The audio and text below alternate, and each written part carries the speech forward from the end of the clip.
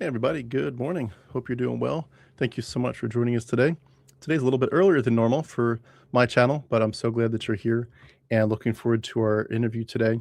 I'll be bringing our guest in a minute to get us started, but I just want to mention for anyone else that wants to consider sharing your story, I'd love to connect with you and see if it's a good fit for the channel.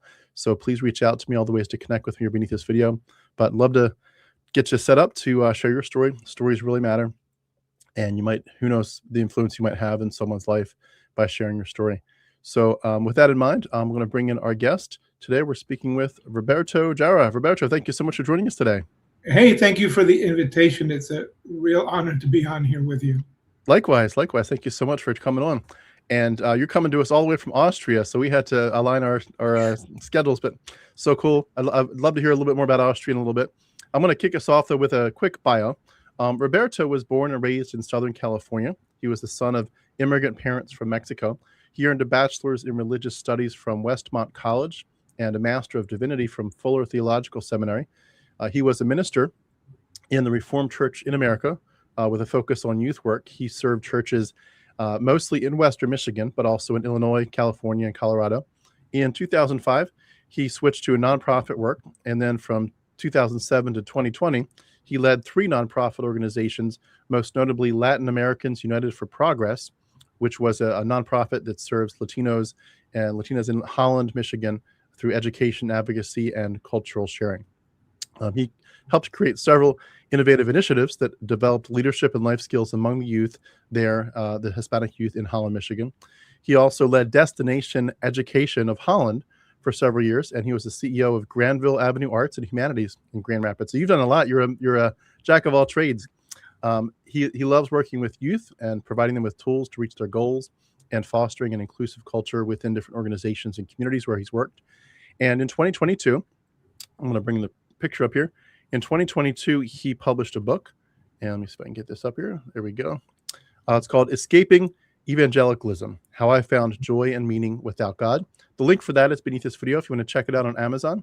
And Roberto and his wife now live in Vienna, Austria. He's a musician. He sings. He plays classical acoustic rock with his guitar and harmonica in the subway stations of Vienna and in local bars, clubs, and restaurants. He and his wife, Barbara, enjoy traveling, riding their Harley-Davidson, gardening, and it's experiencing nature and outdoors. So with that in mind, Roberto, tell us anything else about yourself, and then we'll kick it off.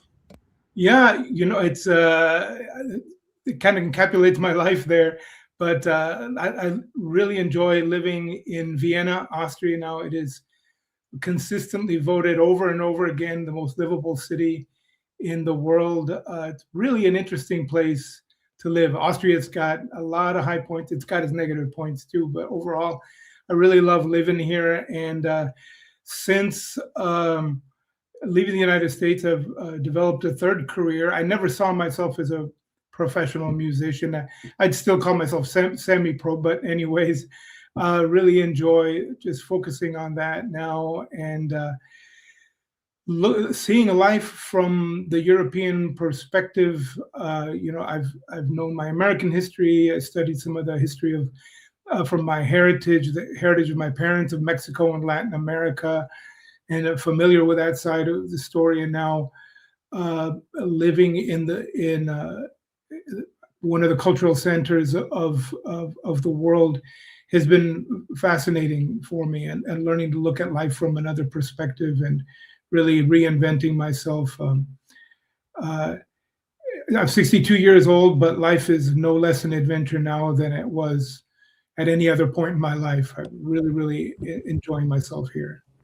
That's awesome. And is it correct you have 3 adult children as well? I do. My oldest daughter lives in the Eureka, California area, and my 2 sons live in, one son lives in Grand Rapids, the other one still lives in Holland, Michigan, where I lived for many years. Gotcha. Do you come back to visit quite often then?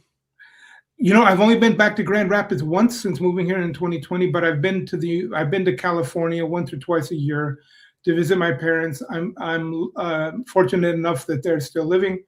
My mother will turn 89 this year. My dad will turn 88. And so I come out to see them as frequently as I can afford a plane ticket. And last time I was in the United States in February, I went to Grand Rapids again for the first time in 5 years, and really, really enjoyed my time there with my sons. Oftentimes they'll fly out to California to meet me when I visit my parents. So I'll see my sons and my daughter frequently. But yeah, it's always a trick because we live in three different areas. And then add my parents a fourth in Southern California. Eureka might as well be another state compared to Southern California where my parents are. Wow. So you're quite the world traveler. That's awesome. I'm very jealous. Very jealous. Well, cool. I might have some more questions about Austria later when we get to that part of your story. But for now, love to, if you could take us back to your earliest days. You were eventually a pastor, like we said in the bio, and that's as part of the title. But that was obviously much further down the line. Where did the journey start? What was it like growing up in your home? Did you hear about Jesus as a kid? And just how did your relationship with Christianity develop? Well, my mother was a very devoted Catholic. And so she raised us with, she wanted us to understand the Catholic faith. And so we went to church. I wouldn't say we were the kind of family that went every Sunday, but at least once a month. There was always a language barrier. My mother had a problem understanding the English, but she would take us to church. It wasn't an enjoyable experience for me that I remember as a child. I remember getting pinched a lot because I would get bored. I really didn't understand what was happening. But Mom began to take us to different forms of religious training when I was growing up. And I remember one time packing us up. I must have been 7, 8 years old, taking us to a church on a Saturday morning and meeting with a nun. And me and my sisters sat and talked with the nun. She told us about the 10 Commandments and the Lord's Prayer. We just I remember Mom really wanted us to understand the Catholic faith. And then she would sit us around we had this little children's table in the kitchen. I remember sitting down there with this book called Little Stories About God. I still have a copy of this book, and it's written by a very conservative nun, and it is basically the Bible stories. And I remember very, very well, especially the story of Adam and Eve, and them being cast out of the garden, and the pictures of the devil there tempting Eve, and the book has illustrations, and the devil's behind the snake, and is very scary looking. And then it talks about the angels being cast into hell in those early chapters, and there's a picture of these bodies falling into these burning flames. And I remember having a huge impact on me as a child.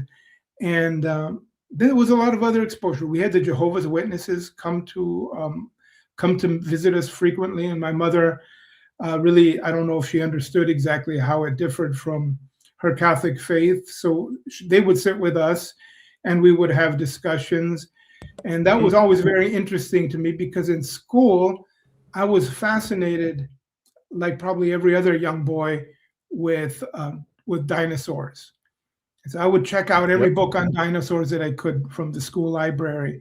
That's awesome. And I remember when the Jehovah's Witnesses were over, and I remember running over with my dinosaur book, and they were always in pairs. The lead woman looked at me very sternly and says, "This isn't true. This is a fiction." And she pointed to these pictures of like fish crawling out of the sea. Evolution isn't real. And I remember thinking as a child, okay, why would they put fiction? Why would the scientific? I always had the questions even back then. And then I went to catechism class, and eventually, what really took me deep into Christianity was experience.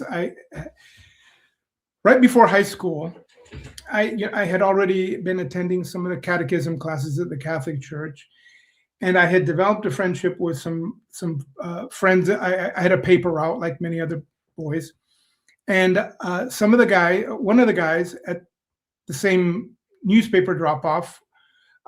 Used to go to church.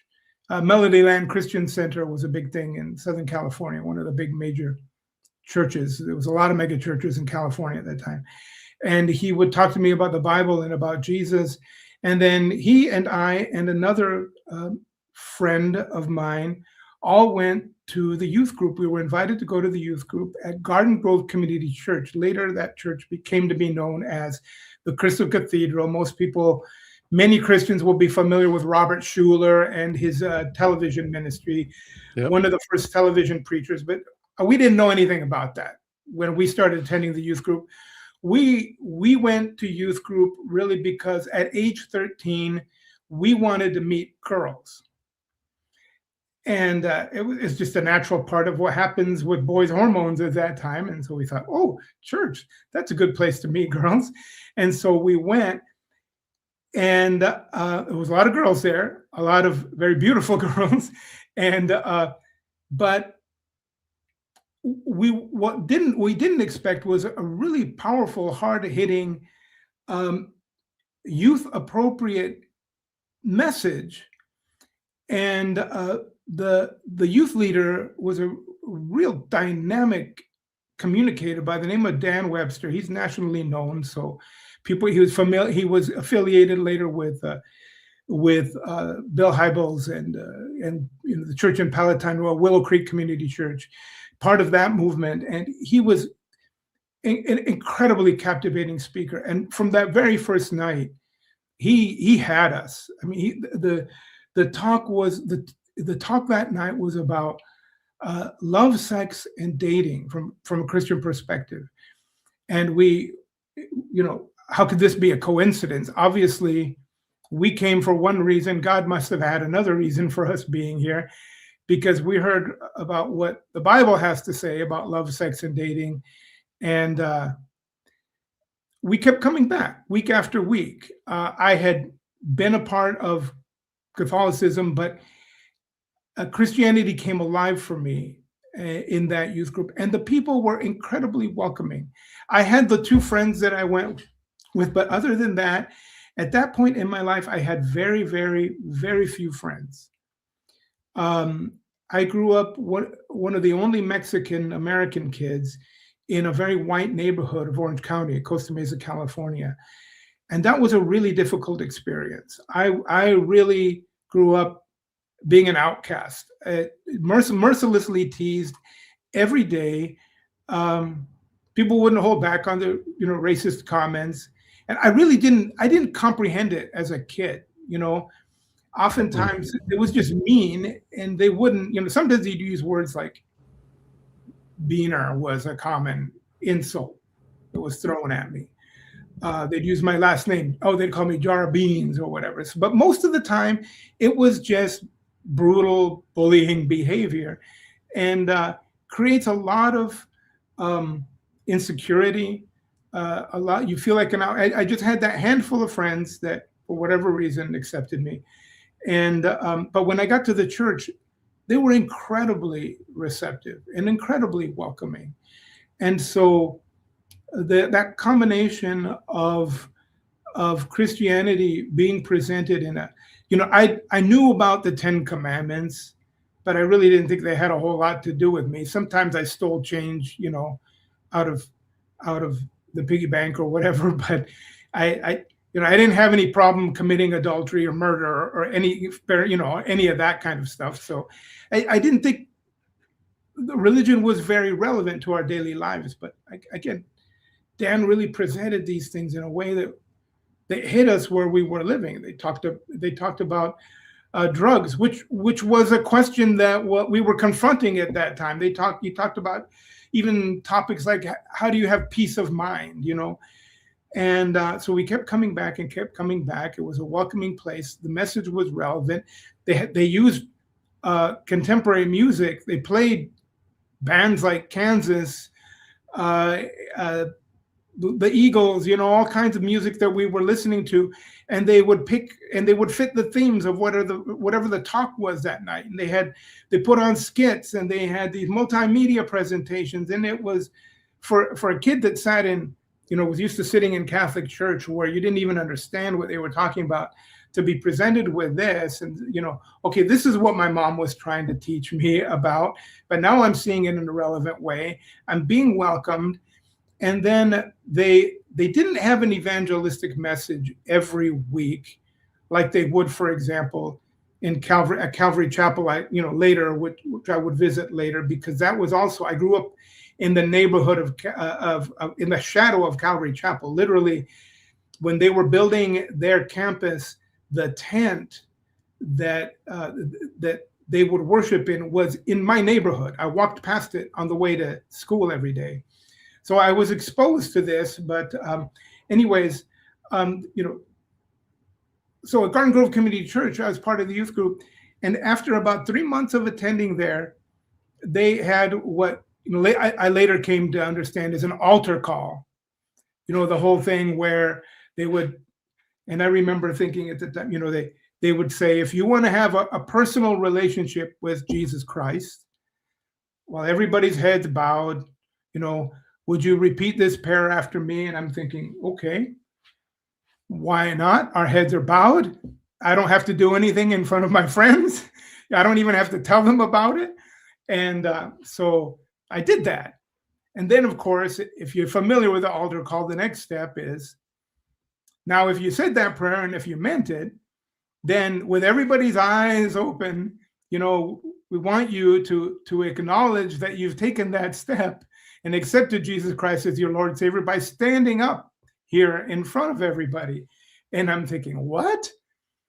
These are the only friends I have. I don't know what they're going to think about this. We're enjoying coming to church together, but what are they going to think about me taking this step? And it was very emotional. They played a song by Larry Norman, "I Am a Servant," and it's very, very heart-wrenching song. And they gave us the length of the song to stand up, and then of course, without failure, they quoted that verse where if you acknowledge me before men, then I will acknowledge you before my Father in heaven. If you deny me before man, I will deny you on judgment day before my Father in heaven. And like, whoa, wait a minute. I didn't know this. But I stood up, and I remember standing up, and it was a relief. At that point, by the time I'd wrestled with that, it was a wrestling. And so by the time I took that step, it was interesting because I was the first one of my friends to stand. Then as soon as I stood,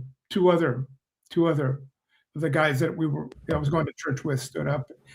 And that was kind of the beginning of it for me, this induction into evangelical Christianity. So was your mom aware of the differences enough to be concerned at all that you weren't continuing as a Catholic? Oh yeah, she was not happy that I was not going to the Catholic Church at all at first. And there was some discord. Eventually, one of the arguments that I used was like, Mom, they're teaching me, how to avoid things like drugs, like you've been telling me. Don't drink, don't do drugs. And in fact, Mom, when we were having one of our discussions, said, Mom, the talk last week and this week was about how to get along with your parents and how to be a good son and daughter. And Mom's like, oh, so that's why you've been doing your chores better around the house. And I said, yeah, I'm trying, Mom. And so Mom said, okay, I'm not happy about it, but it's okay. At least it's having a good influence. And so the fact that my life did begin to change, I became more respectful of my parents. I started to stay, I stayed away from some other friends that were using drugs and beginning to drink and partying, and that was enough to satisfy my mom at that point. It's like a little bribe of the good behavior. Yeah, yeah, exactly. That's awesome. Yeah. I love the picture you painted of the altar call too. I remember when I was growing up, it was always like just no one's looking. Your every head's bowed. Yeah. But there was, and it never shifted, like you were saying, it never shifted to everyone's looking at you until there was a guy named Steve Camp. Have you ever heard that name? Yeah, he's a Christian musician, right? Yeah. Yeah, he was on staff at John MacArthur's church, and he would take scripture as well as John MacArthur's sermons and put them to music. And I remember just loving his music, because he was so on fire for the Lord. And I went to a concert of his at one point, and he literally painted it right from the get-go of like, I want no one close your eyes. Everybody's eyes are looking at you. Are you here for Jesus or not? Make a decision. And the verses you quoted were, I'm sure, quoted too. But it was a life-changing event for me for sure. But when you were at that point where you made the profession of faith, did you feel like you were sensing that there was something changing inside of you, that you were in fact entering a relationship with God?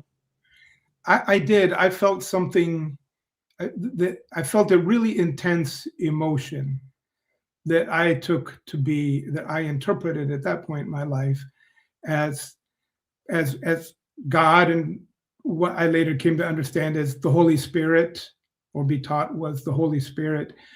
And so, yes, I believed I was having a very, very intense experience with the creator of the universe at that point in my life. And I've always had this deep sense that we're a part of something greater. Now I don't know what it is, you know what I mean? But at that point, I was taught that there was this being called God.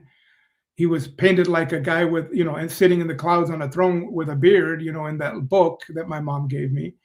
But and in Protestant Christianity, or evangelical Christianity, he's not so much pictured as he is described in highly theological terms or words.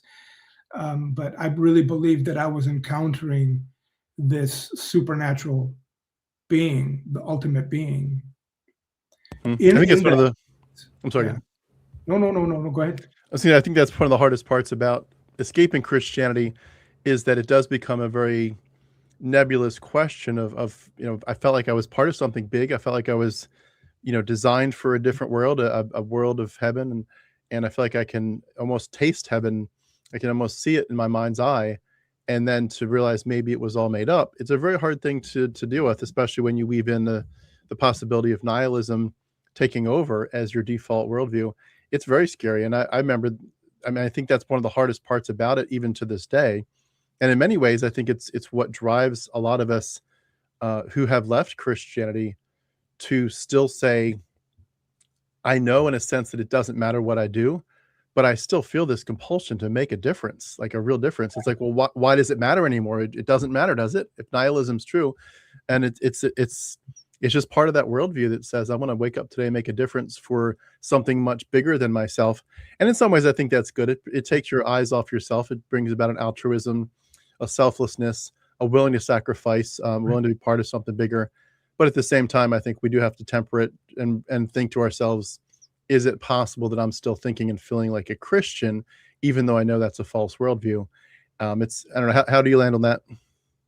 Yeah, I totally get what you're saying, because I still wake up every morning feeling this compulsion to make a difference and to be a force for good in the world. And I've wrestled with that question. Is there really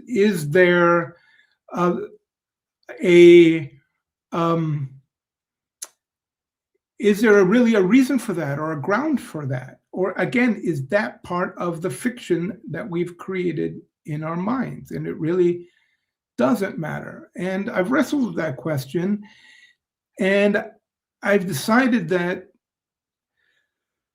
whether it was something that was shaped in me from my Christianity or not, that is the impulse of my heart, is to be a force for good, to be a force for love, to whether there is any ground for it rooted in truth, that love is the ultimate, that I can choose that. And I'm much happier taking care of myself, but living for others and trying to bring joy to others, than I would be living an entirely selfish life.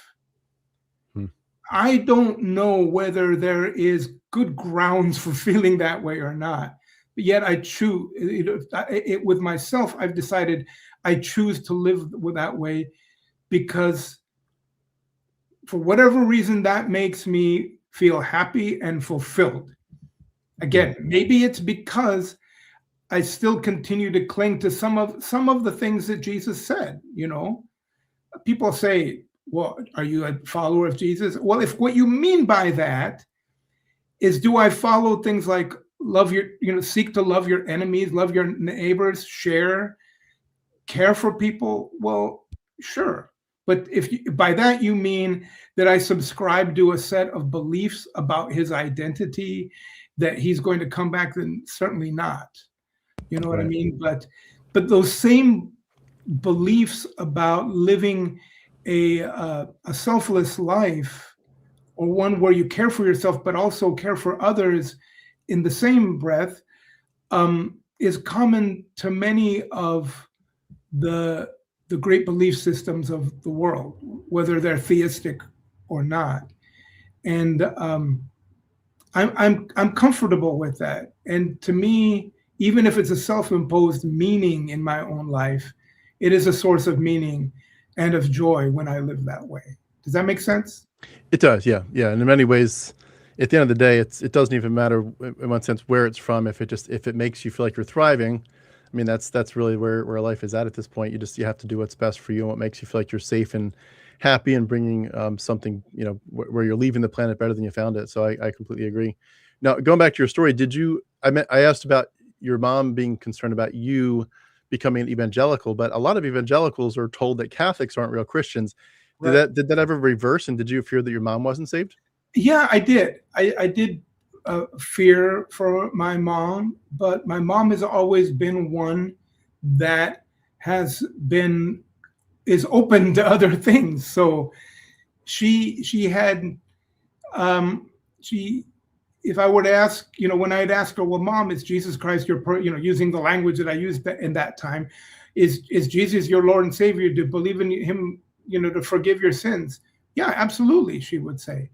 Now, it always annoyed me back then that she also believed in the Virgin Mary, and she also believed in the sacraments, and she also happened to believe in aliens from outer space, and she believed in everything. So it's like, no, Mom, it's just Jesus. So it was more that I was annoyed that she believed, but I always had the sense that God would be good to my mom. I didn't worry about my mom's salvation so much as at that point, my dad was very a skeptic. I used to try to talk to my dad about God, and he would say, I don't believe in God. I'll believe in God when I see him. You know what I mean? Or if he speaks to me or does something, that makes me believe in him. And so when I was young, it was my dad's salvation that really was a source of heartache for me. Something that I agonized about. And I really wanted him to believe, and that was a real struggle. Yeah, I bet. It's interesting. Just a quick side comment about the Catholicism. I've been exposed over time to like tribal missions, places where you might think about planting a church in a jungle environment or the middle of nowhere, sort of where people are definitely tribal and animistic. And it's interesting to note that a lot of Catholic missions to places like that, they end up differing very strongly from evangelicals, in that a lot of evangelicals kind of come in and say, we're going to basically eradicate your old beliefs and replace them. Whereas Catholicism is they might technically condemn some of it, but they often allow it where it's sort of running concurrently, like adjacent to each other. And so you have a real syncretism that occurs.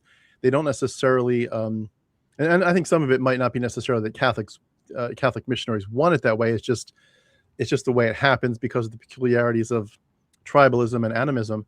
But I think as well, even ironically, some of the Muslim missionaries, some of the Muslim missionaries have seen the same thing, where their people add Allah to their pantheon of beliefs. He's like, he's another spirit to be aware of, but maybe he's the high God or something, but he's not the only spirit that's worth considering. And so it's interesting how syncretism occurs in some of these places with Catholics, but evangelicals are pretty strong that, we're here to Like you can keep your grass huts and you can keep your your tribal lifestyle in a sense, but the beliefs have to be completely eradicated, and you have to believe like us. Well, I have my own perspectives on that, and that is very true. That the Catholic missions tend to be much more syncretistic and adopt the local belief systems and kind of create a mishmash. But what I see, what I've come to see, because I've understood my Mexican heritage and now living in Europe and having a lot more cross-cultural experience, is that American evangelicalism is very American.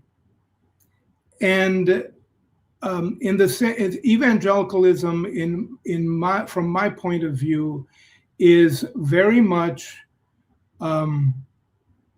white North American, Northern white European, and much less tolerant of other cultures. And so there's a lot of this is a whole another area of study, of white superiority.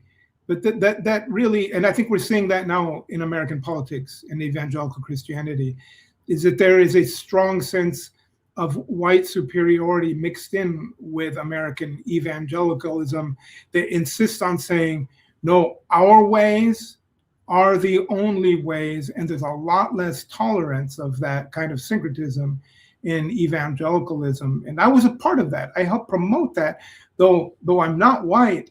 I promoted that perspective that our white version, Northern, American, Western, Northern European version of Christianity is the only true one, and you can't have all that other stuff on the side. You got to keep it pure. You got to keep that. You got to think in those terms. You've got to behave in those terms. That if we're honest with ourselves, anyways, I don't know that I want to take us down that road, but yeah, that is interesting. I agree.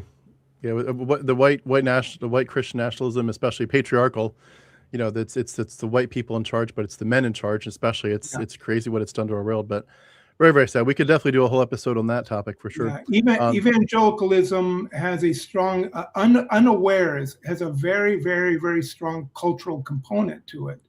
That most white evangelicals, or all evangelicals, I was not a white evangelical, refuse to acknowledge. But there's a cultural component to it that is just accepted without question. Yeah, so much fear of other cultures and other ways of living. Well, in terms of your story, when you were a teenager there and you gave your life to Christ, what was it like as you started to move towards young adulthood? Did your sort of experience in church sort of prime the pump for you to become a pastor? Like what eventually led you to even become in ministry? Well, that's interesting. So I that experience at Garden Grove Community Church took place very early in my freshman year of high school. And so really that church youth group became my life. That group became my family. That took center place in my life. And I've never been one to do things halfway. When I get involved in something, I tend to be someone that just goes all in. And so I went to every youth group meeting that I could go to. I started to devour the Bible for myself because I heard about it. It was read in the Catholic Church, but at youth group they put a Bible in our hands, and so it was fascinating to me for me to read it. I tried to read it from beginning to end. That didn't go well, but I did read most of the New Testament and key parts of the Old Testament, and I always wanted to know more. I wanted to be able to understand why some of it was so difficult to understand, and I did all kinds of. I started doing home Bible studies with friends, going to other churches. So we went to Calvary Chapel, went to some of their Bible studies, just to learn all that we could. And I don't know that I was set on being a pastor in those days. It was one of the things that I was interested in. When you're in high school, you do these assessments and, what should you be? Like, I don't know. I don't want to be a doctor because I don't like blood, and I don't like gore, but something like a lawyer would be okay. And I really love my faith, and I really admired the Christian leaders in our church. Maybe that's something I want to do, What did present itself was when it came time to look for colleges. At that point, probably, if it hadn't been for a high school counselor who said, here's the application for the University of California, I want you to fill it out, I probably would have just gone to the local community college and become a photographer, because I was also an amateur photographer, was a photo editor of the yearbook. But I filled out that application, and then as a result, because you get on these mailing lists, I got a mailing from Westmont College, which is an evangelical Christian college in Santa Barbara. And they really reached out to me. And there was a visitor day, which I thought, okay, I'll go check it out. So I went, my aunt was willing to drive me there for the day. And if you've ever been to Westmont College, it's like Christian camp. It's beautiful. It's an amazing campus. And I was really impressed. And then I went back for a college weekend where you could go and you could spend the night living in the dorms with freshman students. And again, I thought, wow, this is like being at Christian camp and Bible study on steroids all at once. And I thought, this is where I want to go. So long story short, I ended up going to Westmont College, and I love the religious studies courses, New Testament, Old Testament. I mean, just devoured those. So I became a religious studies major. That's what if you wanted to study the Bible and Christian belief, that was the major, because they used the academic titles. And my intention was to double major in political science, because then that left the other option of going into law. Well, I excelled at the biblical studies courses. My professors loved me. They loved the way I thought. One of the things that was distinct about Westmont College, different from other Christian schools that I've learned of, is that as a liberal arts Christian school, one of the things that they did was they prided themselves on teaching us critical thinking. And I remember one of my professors saying, if you're going to be a Christian believer, you need to work through all of your questions. You need to earn the right to claim your faith. And every generation needs to rethink its Christianity. And you need to, now his intention was that we would embrace, the statement of faith that was a part of the college, but that we would really work through our questions, and that we would eventually, because the professors there had landed in a kind of academic evangelicalism, that we would land there too if we followed the right path, because obviously God is real and these things are true. But I took that seriously. And did it feel a little bit like you were trying to become like a little apologist in a sense? Yeah, exactly. So I would ask questions, and they loved my questions. I remember sitting with a man I still respect to this day, Robert Gundry, my New Testament teacher, professor, a wonderful man. I remember I got together in his home after my freshman year. We sat, and I was in his home, and I said, Dr. Gundry, now that I've got you alone here, can I ask? And I started asking him a bunch of questions about the New Testament and some of these, inconsistencies. And he looked at me and he said, why didn't you ask these questions in class? I would have loved for you to ask these questions in class. That's why I'm in teaching. You have great questions. And I remember Dr. Gundry thinks I have great questions, and from then on, my sophomore, junior, senior year, I wasn't, and the teachers at that Christian institution were open to it. Now, of course, they would give me their their answers, which sometimes I struggled with, you know what I mean? And we could talk about that a little bit more later. But anyways, after that experience, after majoring in religious studies there, I thought, okay.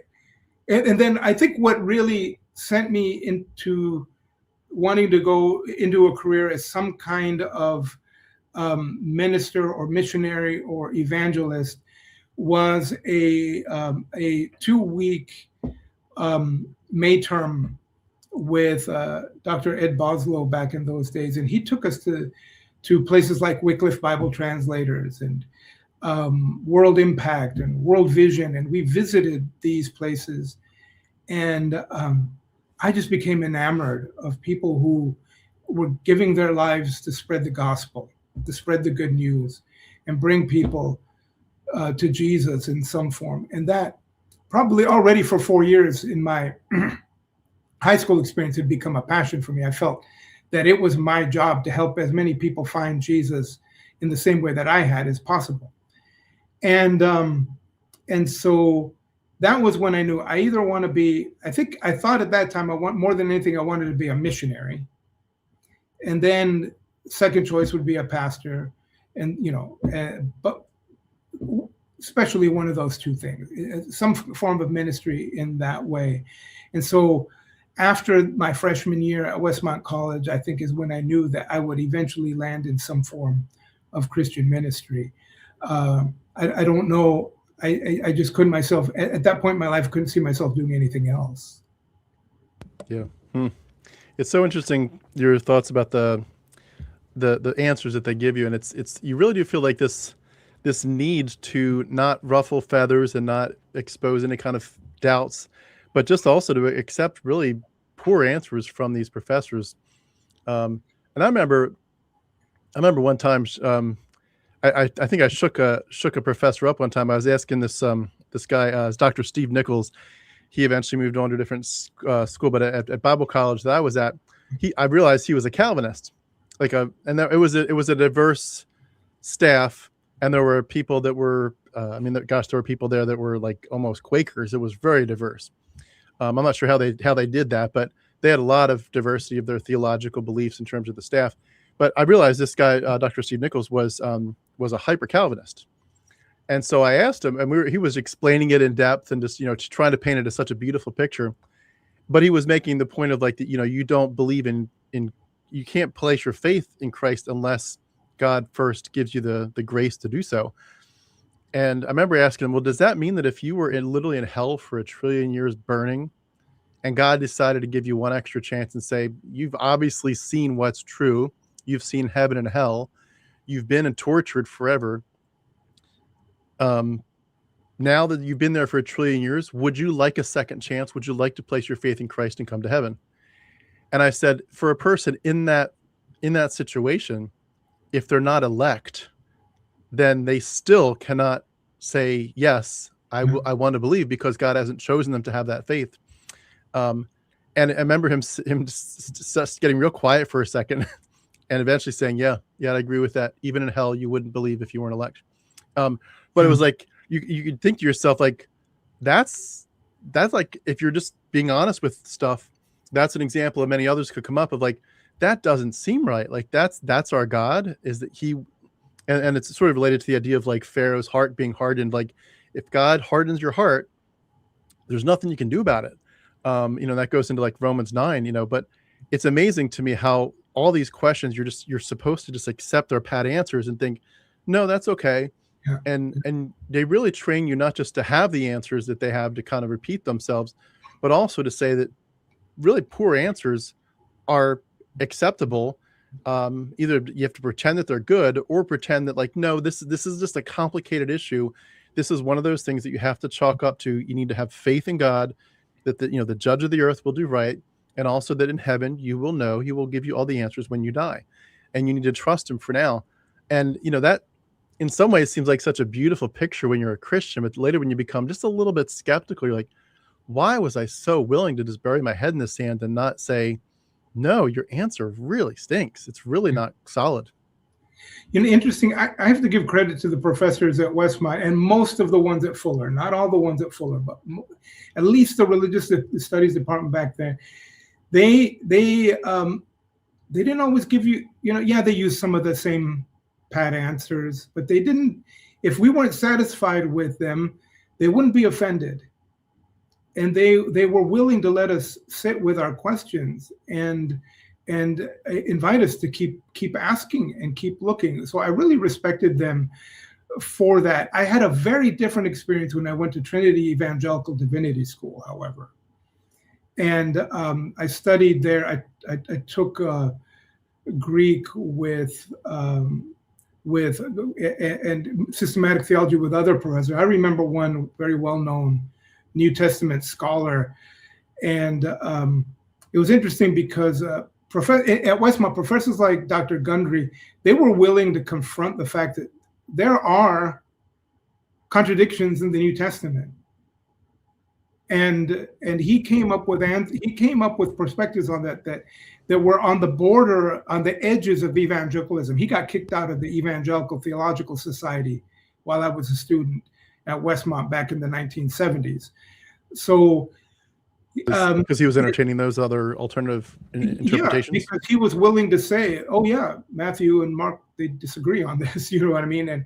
And he used redaction criticism and was open to the idea that the New Testament wasn't always historical, for example, which is very rare for an evangelical. Yeah. And so I came out of that and then went to Trinity, and with this other, professor who would give the pat answers, and I would say, because I was trained at Westmont to keep asking and not accept the pat answers. And I remember him saying, I don't know. I remember he just started talking to himself at one lecture. I'm not sure. I don't understand what's wrong with these students from Westmont College who think they are smarter than us, professional theologians. And I remember thinking, wow, I didn't have that experience at the, and then I remember talking about predestination with another professor, and I did not accept his explanation. And because I came out of one setting where I was encouraged to keep asking as long as I wasn't satisfied, I remember I just exasperated him, and he just stopped, slammed his fist down, and said, "This is what it is because I say it is. Let's move on." And needless to say, that because it was so different from my undergraduate experience, I decided I couldn't continue at that seminary more. So I did a year's internship after that and transferred to Fuller Seminary, where the professors were much more like what I experienced at Westmont. Now, those professors at Westmont, and many of them, they sign a faith statement that is kind of like a liberal evangelicalism that they stay within. And I've had some conversations where they've been disappointed that what I learned, these disciplines of using critical thinking and questioning, have led me beyond what they intended. Where it's been hard for them to accept that, but these critical thinking skills and that questioning and following things through were what eventually led me away from evangelical faith. Now, at what point did you meet your wife? I met her, I think it was my third year of my first wife, my third year of Westmont College, my junior year. Okay. And we met then, we started dating. The summer after that third year, and then we're very quickly engaged. The whole Christian purity thing, that's another issue that really messes up your life and makes you rush into marriage when you're not ready for it. But yeah, I met her my senior year in college, and we were married literally like 2 or 3 weeks after my college graduation. And that was just the rush was just to make sure you avoided any temptations? Oh yeah, I mean, we were, I want to respect, but I know that I had the drive, you're a teen, you know what I mean? I'm 20 at that point, and it was hard we managed to follow what we believe was a Christian teaching at that point, and waited until our marriage night. But that was really hard, and that was one of the reasons we got engaged very quickly and got married very, very quickly. And that in and of itself led to a marriage that probably should never have taken place to begin with. Yeah, so many people have said as much in their stories. It's amazing how much that drives you to that point, and you know, it's crazy too how you end up looking back at this stuff and thinking that if there had just been a little bit less intensity, that, like you're saying, maybe the marriage wouldn't have occurred, because you really don't get a chance in this sort of like a fake, theatrical engagement, theatrical courtship process, where you don't get the chance to really be alone with the person for an extended period of time. You know, there is that fear of, like, the more time that passes, the more chance there's going to be temptation that you can't resist. But also just that pressure as well of, like, if God's brought you together, then clearly, like, why wait? Go ahead and get married. But also the idea of, like, God wants you to have little soldiers for Jesus, as many babies. And it's just all these little issues come together. And so many people have said, what you're sharing, that they just, if they'd done it differently, there's a good chance they might not have done it at all. Yeah. And that breaks my heart, because it's yet another way that Christianity really steals your life. It steals your innocence. And also, honestly, it steals away the beauty of it. And so many people, even if they get married and they feel like it is a good fit and they stay married forever, a lot of Christian couples have trouble because they've been hearing messages their whole life of, like, it's dirty, it's dirty, it's dirty, it's dirty. It doesn't suddenly become clean just because you put a wedding ring on. It still psychologically feels dirty. And so even if they're quite happy with their choice of a marriage partner and they stay with that person, it just feels like they have a long process of healing to just fully embrace, being erotic. I mean, maybe, being, like, bare bones intimacy is fine, but, like, truly embracing eroticism and intense pleasure and all that, it's just a step too far, and they just can't do it. And then of course, you often get people that are mismatched in their desires. But with your seminary at that point, all those questions, did you feel like in terms of your private walk with God that you were still tight, or were the questions that you were asking starting to unravel even your private devotional life with God? It probably didn't impact my devotional. There were some times, going back to high school, where we really did.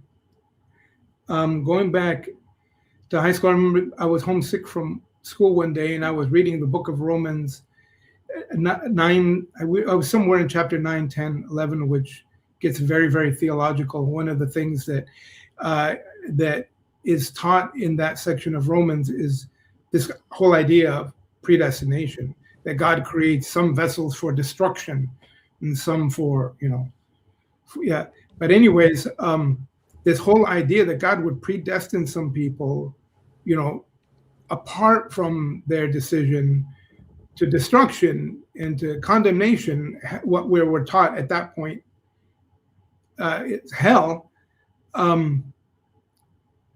That, I remember my junior year in high school, that almost unraveled my faith, almost made it. And then again, I found a very unsatisfying explanation for that. It's something having to do with free will and predestination being able to coexist, that I latched onto to rescue that, to rescue the faith, because I didn't want to give it up at that point. And then in college, what brought on a crisis of thought for me, I guess you'd describe it, was when I took Greek history and we had to read Herodotus and some of the Greek mythology. And I remember, especially, if I remember right, the description of the birth of Cyrus of Persia was supposedly, don't quote me on this, but there was a lot of parallels between it and the birth of Jesus and the birth of Moses. And I thought, what's going on here? I know this was written 600 years before Jesus, and then I started exploring all kinds of other mythology of rulers being born of virgins and being rescued from competitor kings who commanded that all babies be put to death, and then being saved and rescued in baskets on rivers and so on and so forth. And then I started seeing other parallels between the ancient mythology and the Bible, and that really caused a crisis for me. And I don't think I even had the courage to. For some reason, I didn't ask many of my professors about that, but I just started scouring the library for solutions to why is this? Why are the biblical stories so similar to Greek mythology? And I stumbled on some solution and I think this is the solution that people like C.S. Lewis and J.R.R. Tolkien eventually held on to, is that the stories of things like virgin births and escaping tyrants at the birth of a mighty person are such profound realities that they are archetypes buried in the human psyche that appear in mythology of other religions, but in the case of Christianity, they are true.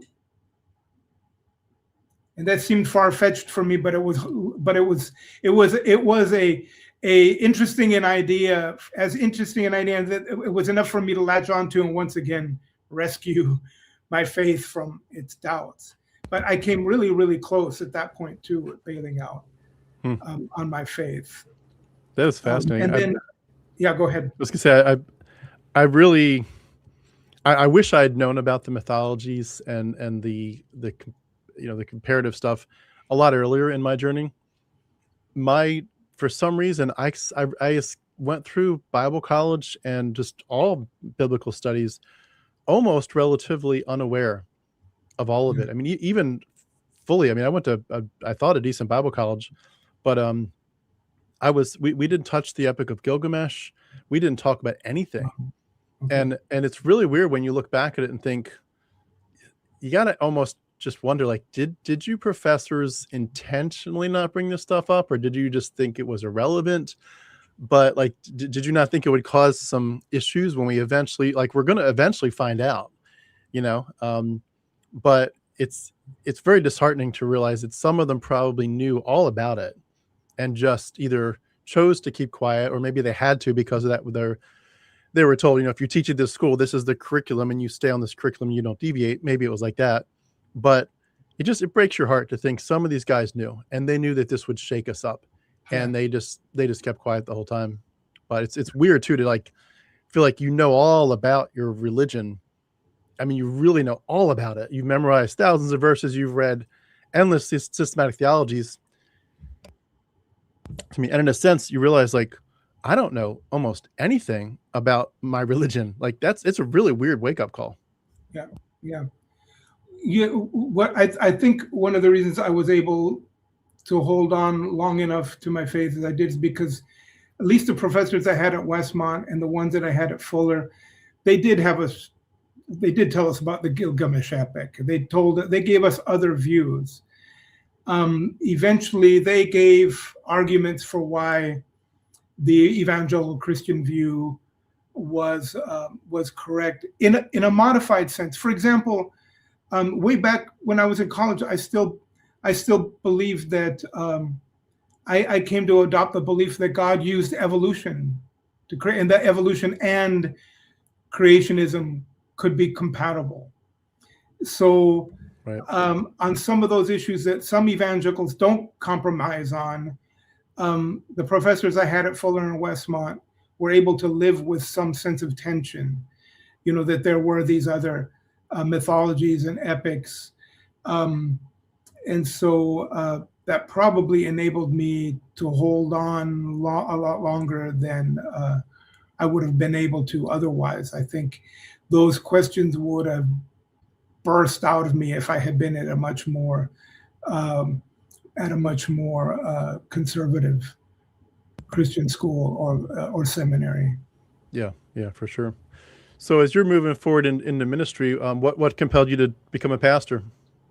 So Well, I had too much debt to be a missionary and leave the country, so I had to pay it off. I ended up becoming a pastor. That was a little bit easier route, and I didn't know where I wanted to end up. I at that point, by the time I was off in seminary, I would only go back to Garden Grove Community Church on vacation or summers, and but I knew that I had a connection to that denomination. So starting back when I was, when I had decided that I was leaving Trinity Evangelical Divinity School, fortunately, the counselor there, the guidance counselor, was a big-hearted guy, and I told him, I can't stand the school anymore. I'm leaving.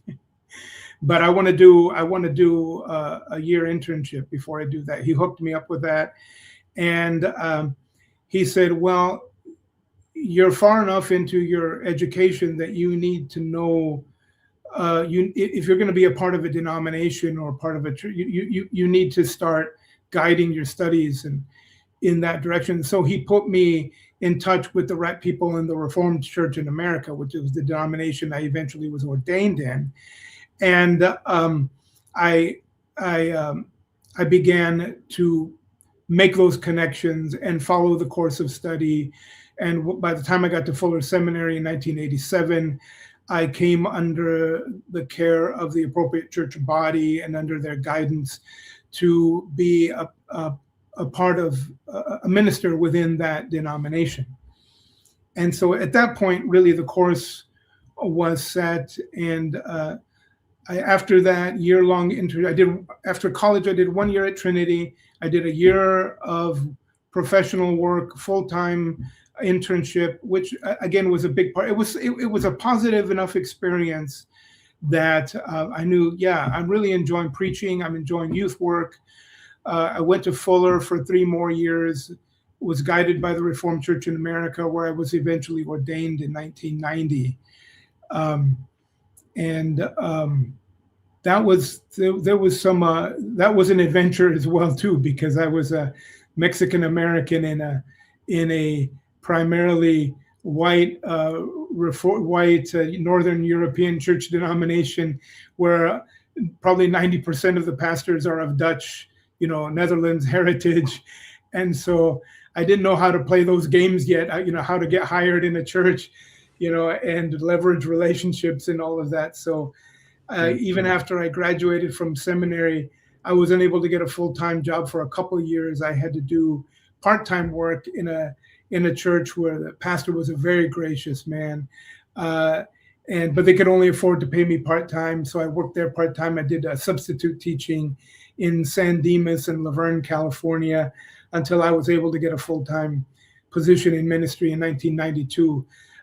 Interestingly enough, in West Michigan, in a small town called Coopersville. So, I could keep talking, but if let me know what points you want me to hit on, I can tell you the story. Well, I do want to keep moving, but I was just curious real quick for this one part. Did your experience with all those other pastors that were predominantly going to be, white pastors, did you feel racism from them, or did you feel looked down upon, or did you feel like there was an equality at that level? No, the people were never like face-to-face racist, but looking back on it, I can't help but think that racism played a part in it. I don't think I became aware of it until, for one thing, it was just, all my peers were hired and I wasn't, and I was as good a student, as good a preacher as any of them. And I'm not trying to be the opposite of humble, but I was a good speaker, and I was very good at my work. But it didn't become apparent to me until I had been at Coopersville is a small town outside of Grand Rapids, Michigan. And the reason I was able to be hired there because the pastor there was his name was Mark. I'll just use his first name. And he and I had spent a week together at a conference and developed a friendship. And when he saw I was looking for a position, he picked my, we call them profiles, but basically resumes. He picked mine out and he said, "Hey, this guy's good. We should look at him." And with his encouragement, they eventually hired me. But after I'd been there for a year, elderly couple took me and my wife and my children out for breakfast one day, and the man looked at me and he said, "You're okay. We really like you. You've done good things for our church. You have really, really, really done good things for our church." He says, "That's saying something because I voted against you." And I said, "What?" Wow. He said, "I voted against calling you to the church." He said, "Well, for one thing, you are Mexican, but we worked through that." He says, "But the fact is you're married to a white woman. And the way I was brought up, that's sin." And I'm thinking, what century are we living in? What's going on? This is the 1990s. And he said, "But now we're okay with it." And that was the first time it dawned on me that people, my name probably had something to do with why my name was looked over so many times, or why I would be the one of the last two candidates and where they would go with the other candidate every time. You know what I mean? And I'm not one of those. I'm aware of it. It's something that, I've studied since then how racism works, but anyways, I have no doubt that played a role, in certain things that happened in my life. But the reality was I ended up being accepted because I grew up in white, conservative Orange County, and I had all those perspectives. I was very, very right-wing politically. I was very right-wing, religiously. Though I did have the courage to ask a lot of questions, and that way I wasn't accepted.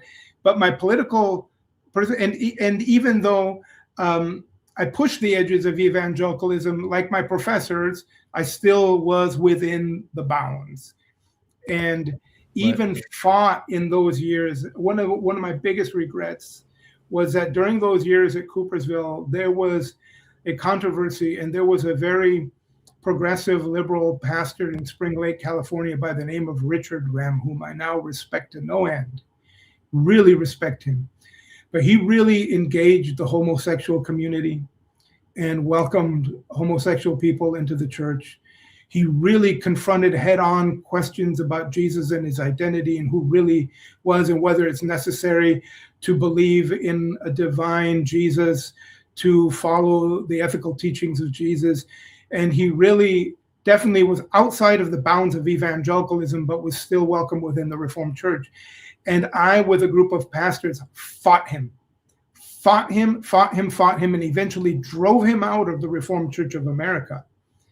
They used to refer one of the professors at Hope College, who was much more, and who I later got to know, and I'll tell you that story later.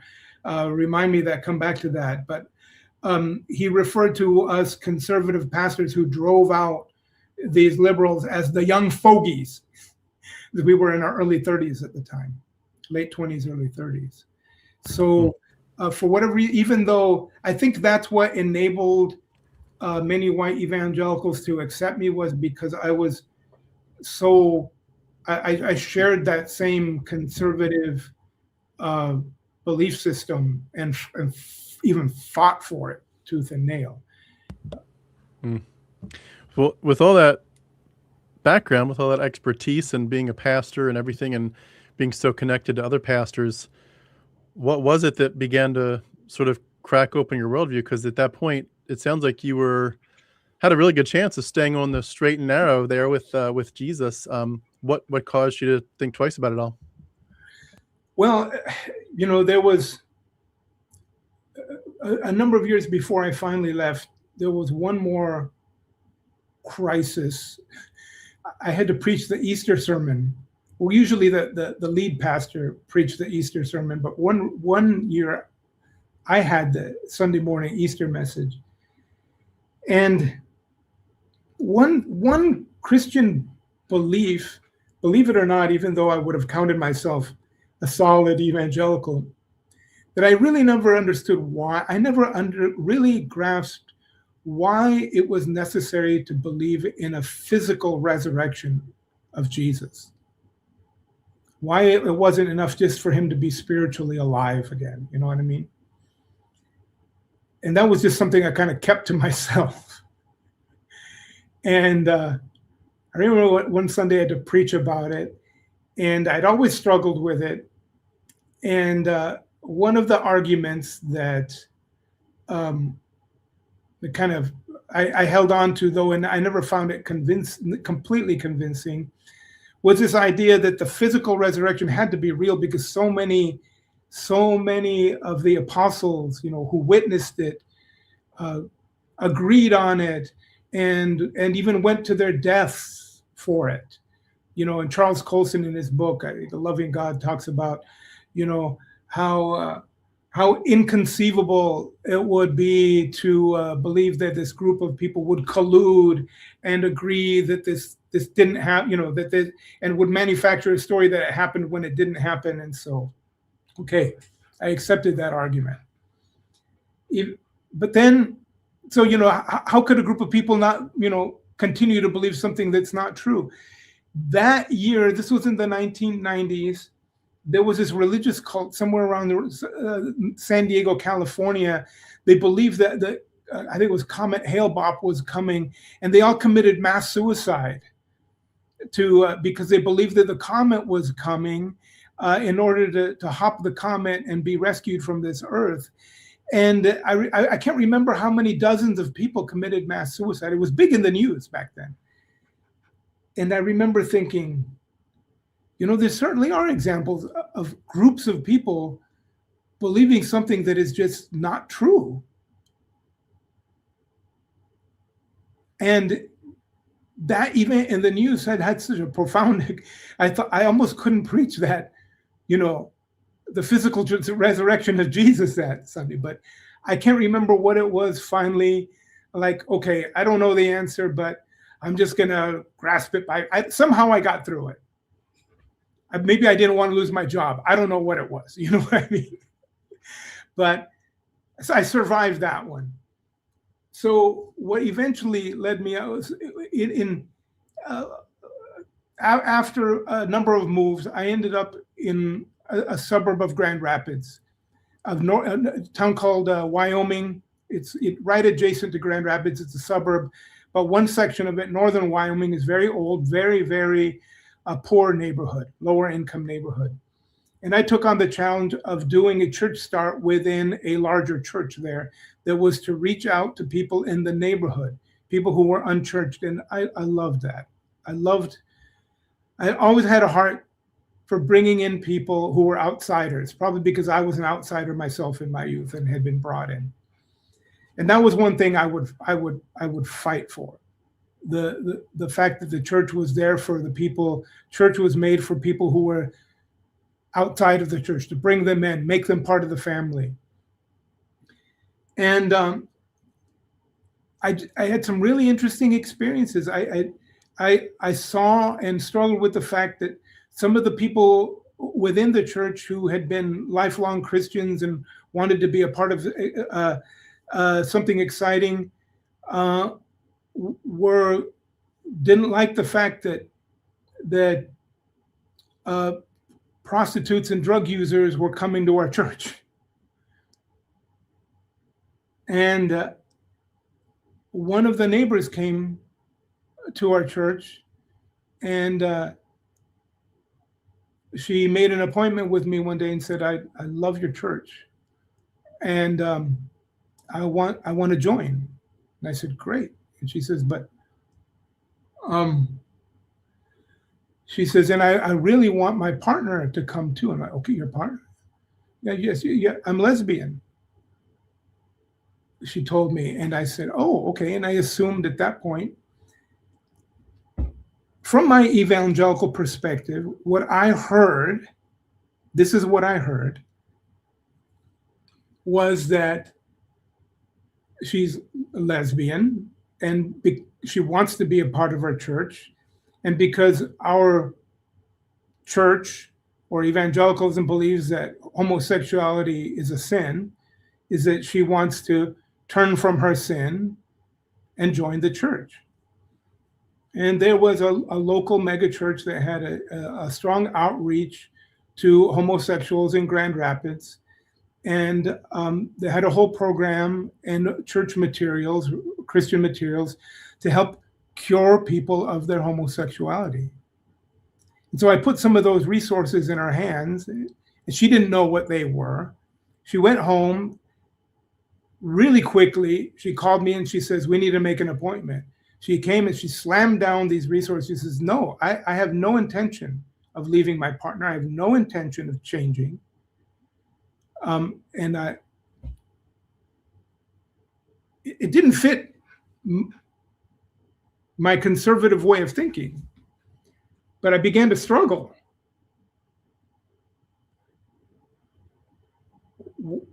You know what I mean? And I began to struggle. And I thought, okay, I hope you keep coming to the church. I invited her. She wanted to be a part of a small group Bible study. So I asked the one that I was a part of, hey, will you welcome her? And one of the women said no, because she may hit on me. No, she's got a partner. I don't think that's an issue. But that really caused some unrest. And at the same time, and it wasn't, for some reason, it wasn't just homosexuality, but there was just other things. Being willing to baptize people from the, children of people from the community, and our polity did not allow for that. But also the small group, I was a part of a small group of pastors. And they were all very conservative, like I was at the time. And I remember mostly we would just talk about our spiritual lives and about our ministry. But at that point, the president of one of our seminaries, we had two seminaries in the Reformed Church in America. We had Western Theological Seminary in Holland, Michigan, and then we had New Brunswick Seminary on the campus of Rutgers University in New Jersey. And the president of New Brunswick had recently done the wedding ceremony, or I don't know if they could do it legally at that point, but had done a marriage ceremony for his lesbian daughter and her partner. And this group of pastors, young fogies, that they wanted to get him kicked out of the Reformed Church in America. And theologically, I was in agreement. But at the same time, I started to struggle with the idea that it's his daughter, for Pete's sake. His daughter.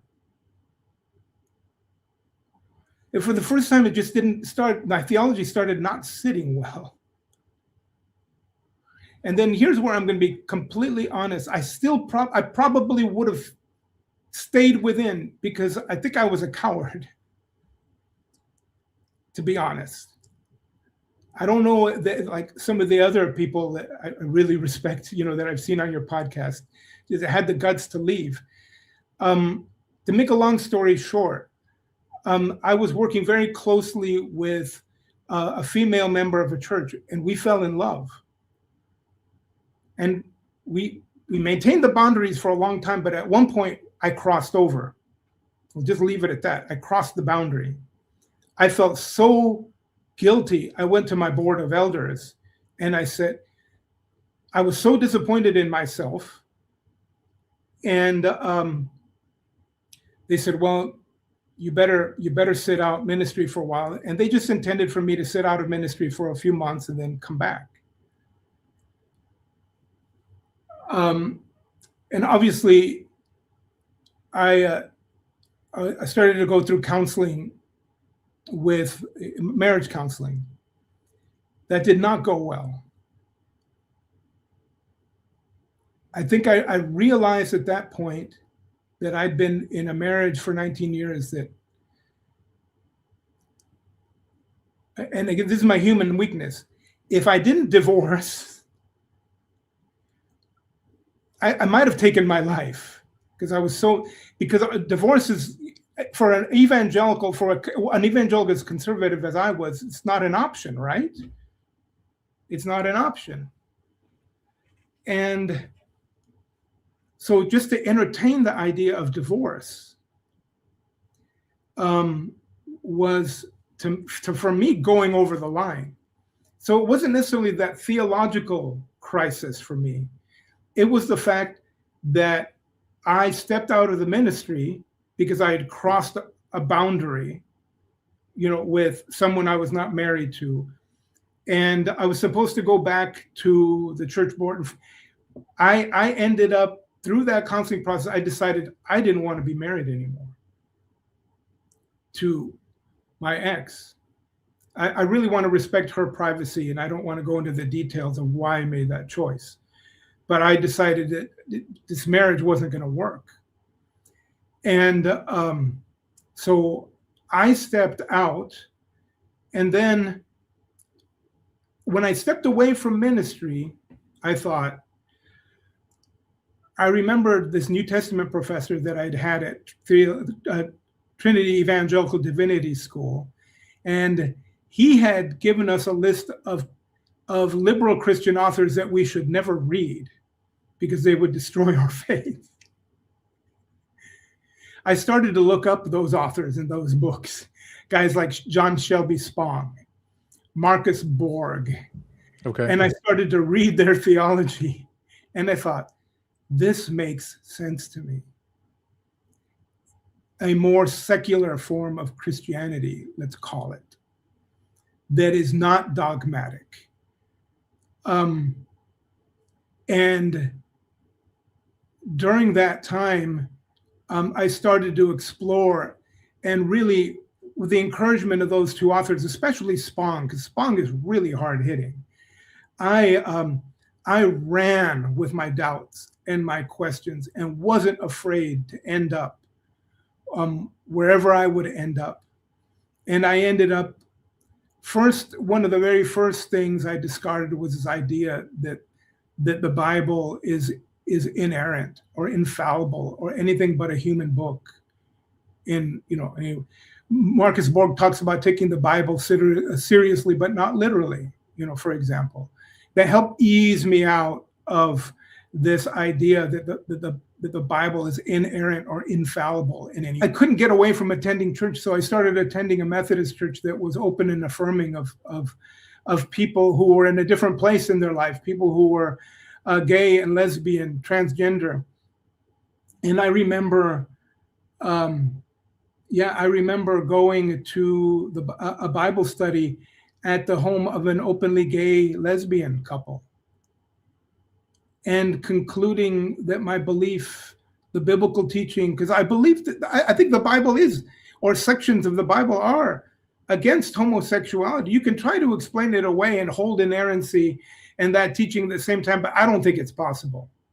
I just don't think it is.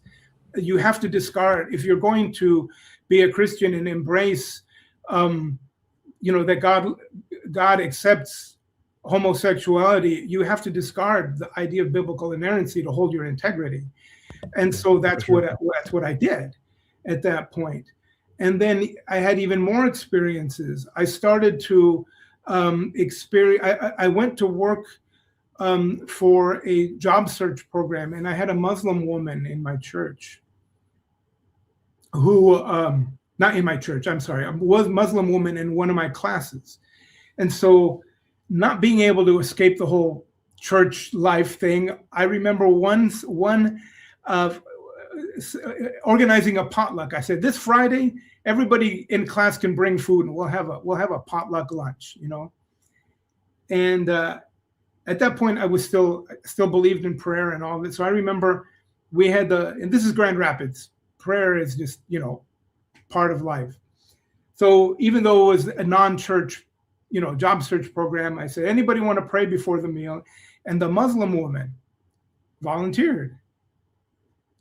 And that was a stretch for me because, I had studied under people like Dan Fuller at Theological Fuller Seminary, who talked about how Muslim people are damned to hell because they believe in salvation by works, And so here's this Muslim woman wants to pray, and she's got the, the whole, I think it's called a burqa, the whole everything, the robe, the head covering. And she begins to pray, and I'll never forgive this prayer as long as I live. She begins to pray, she starts out by saying, I will address you in her prayer using the words that my friends here use. Oh God, thank you so much for these wonderful people who are helping me. It's hard to tell this story because I get emotional. Who are helping me get on my feet and work through this divorce, and helping me come to a point where I can make a living working for myself and supporting my family here in America. And thank you for this food, and thank you for these beautiful people. And then she said, and now let me address you using my word for you, Allah. And she said the same words, but this time addressing Allah. It was such a beautiful prayer. It was such a beautiful prayer. And at that very moment, I remember thinking about my seminary professor, you're full of it. If anybody is full of God, it's this woman. And we don't even have remotely the same belief system. And again, it just began to lead me out of the faith, experiences like that. Some of the ones I write about in my book. Eventually, I think the hardest thing, there were two other beliefs that and this didn't happen overnight, 2005 until 2009. The other thing that was really hard for me to let go of was the idea that Jesus was an atoning sacrifice for our faith, for our sins. I mean, because that is drummed into us, that is the core of the gospel. There is no more important belief. That determines whether you're in or out. There can be disagreements about other faith, but whether you believe Jesus is our personal Lord and Savior and saves us from an eternity in hell, that's the center of it, right? And, no matter what I read about in Spong is really offended by the idea of an atoning sacrifice, but I still held on to it. But I think I heard this little parable one day, and I can't remember the source of it, but it goes something like this. Imagine that you're taking a walk down the street, and your neighbor calls you to himself from his doorstep and says, hey, hey, Tim, guess what? I have good news for you. Guess what, Tim? I'm not angry with you anymore. And you're thinking to yourself, I didn't even know you were angry with me, And he says, guess what? I'm not angry with you. And you know why? To make it, I'm shortening the story. You know why I'm not angry with you? Because I took my son downstairs in the basement, and I took all my anger out on him, and I beat him. I took all that anger and I beat him. I even beat him to death. And because I satisfied my anger at you on my son, now we can have a relationship. And I remember thinking, wow, that put it into perspective for me. Mm-hmm. And then the one, I think, final step for me took place during the financial crisis of 2008, 2009. I was leading a nonprofit. And one of the things I still believed in, to use the theological terms, is an interventionist God. A God who answered prayers. A God who would take care of us if we tried to be faithful to this God. If we had enough trust in this God. And so, but I was struggling with that because I thought, if God is in Spong, and people like Borg reject an idea of an interventionist God, because if God is interventionist, why are people dying of starvation? Why are people dying of plague in parts of the world? Why does evil exist? And those ideas made sense to me, but I just could not cross that barrier for myself to give up believing that somehow God was still going to take care of me, that God would keep, he would keep me in my job during the financial crisis, that the nonprofit would survive and I'd be able to pay the bills and live in my house. And one morning I woke up and I thought, that's not, I just knew. I don't know why, but I just knew that's not. If there's a God, that's not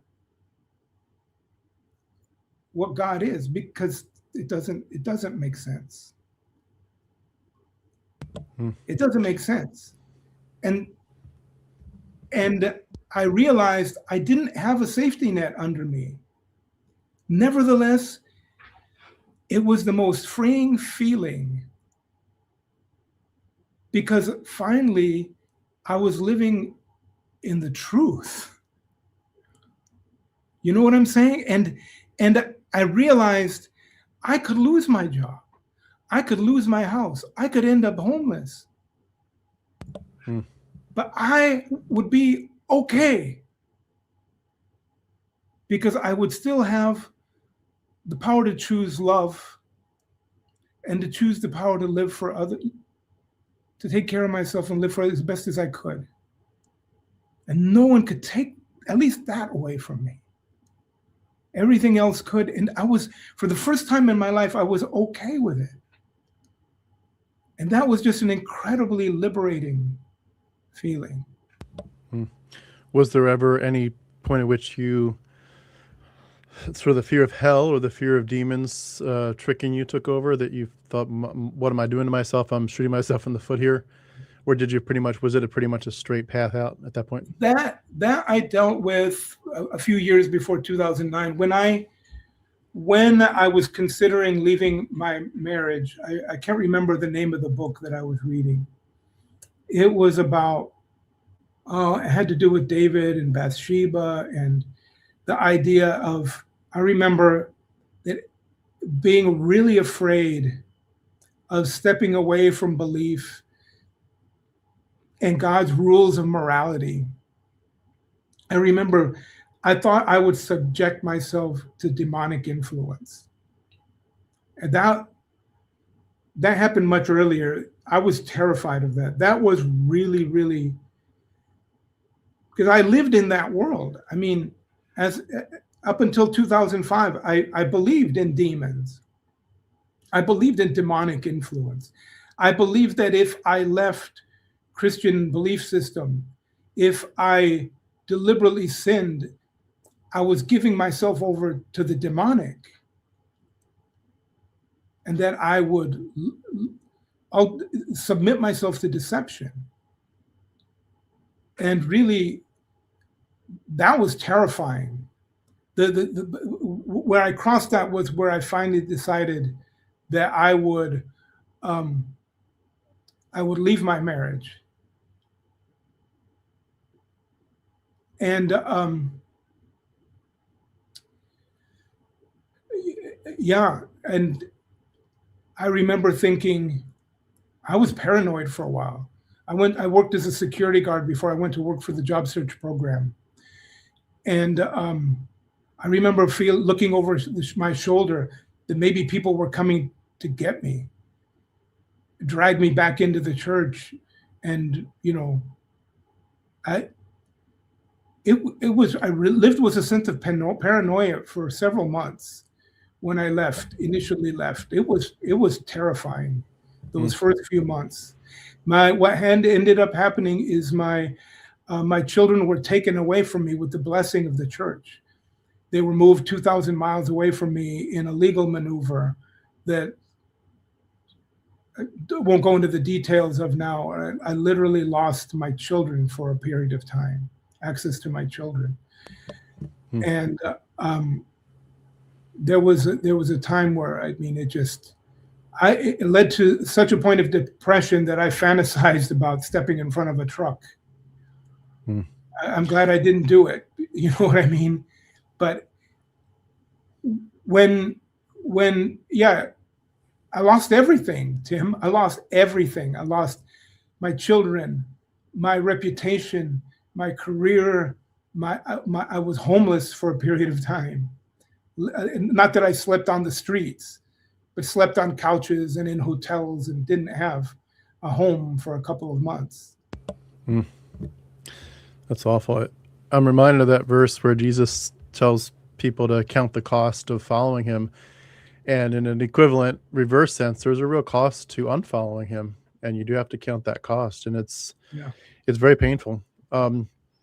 With all that story and journey and meandering and the pain in that background, obviously you're at a much better spot now. What was it like as you began to slowly figure out how to rebuild your life, both in terms of practically, but even more importantly, psychologically, spiritually, to, land wherever you've landed? And I'd love to hear where you've landed. Is it more in a spirituality? Is it more in agnosticism and atheism? But like, where is your journey taking you as you've reclaimed your identity and healed? And if you could tell us the story of how you've met your wife, your current wife, and it sounds like that's been a huge source of healing as well. So I'd love to kind of hear how it's all gone since that sort of nightmare phase. Yeah. No, there was definitely the healing psychologically was in stages. I ended up going into nonprofit work and finding friendships and colleagues. And I remember I did in the course, for example, I did a Institute on Healing Racism, which is a small group of people who explore how racism works. But the part that was meaningful to me in terms of healing psychologically was when I described how I had lost all my friends, except for maybe two, stepping out of evangelical Christianity. I remember a number of them turning to me and saying, "We'll be your friends now," and rebuilding a group of friendships, in a different reality. But I when people ask me where I am, I'd say I'm kind of a spiritual person, spirit agnostic. I don't believe in a theistic God. So you could say I'm an atheist. If there's something greater than us, I don't know. But I do know, way back even before 2009, when I gave up the idea of a theistic God, I began to have these experiences apart from an idea of God. I remember after work, I would go swimming in Georgetown Lake in West Michigan, small lake that's easy to swim all the way across and back. And I used to love to go on a sunny day and float on my back. And I remember one day I was doing it, floating on my back, looking at the sun, and the lake is surrounded by trees. And all of a sudden, I had one of those experiences where I thought, it was similar to some of the experience I had had when I was believed in Jesus, you know what I mean? But this was without any kind of belief in God. All of a sudden, I felt a sense of being part of nature. Like there was no boundary between me and the water and the air and the trees. Like I was just one with it. It was this weird feeling. It wasn't like I'd read something, was trying to create it. It just happened. And it lasted for several minutes, and it was just a beautiful experience. And it stayed with me in the sense that I feel like I used to feel as a Christian that we were separate from the creation. We could abuse it as much as we wanted to. It didn't matter because someday Jesus was going to come back and burn it all down and recreate it. And all of a sudden I realized we're one with the animals, the trees. We're all in this together. With the earth, all of it. The way we treat it is the way we treat ourselves. I mean, that's just one conviction that I developed from that experience.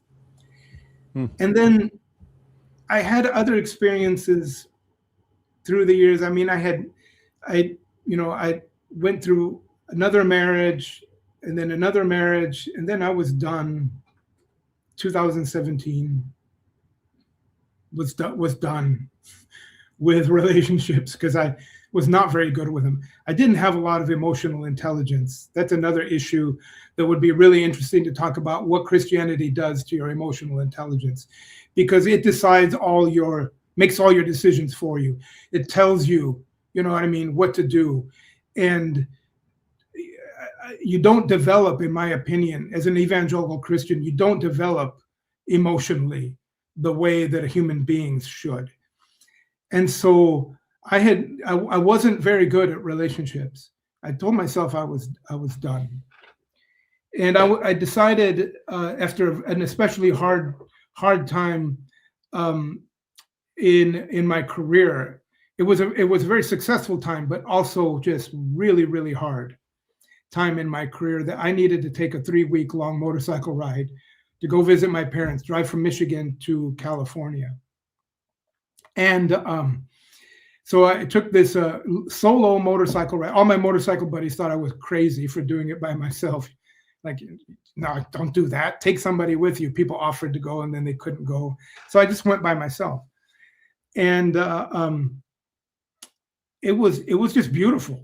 I mean, it was that experience. There's something about riding on a motorcycle where you experience, it rains on you, it storms on you, the sun shines on you, you go through 100-degree heat, you know, it's intense. And you ride sometimes when exhausted, but you have to get to the next place where you can sleep, you know, and it's very intense. And along the way, it's a long story. I talk a little bit about it and go into the details. I've written about it, but to make a long story short, I had electrical issues with my motorcycle just as I was crossing into Arizona from New Mexico, and I had to stop earlier. I was on the way to Winslow because I wanted to stand on the corner in Winslow and see if the girl in the flatbed Ford would drive by and wave at me. You know what I mean? Like the Eagles song.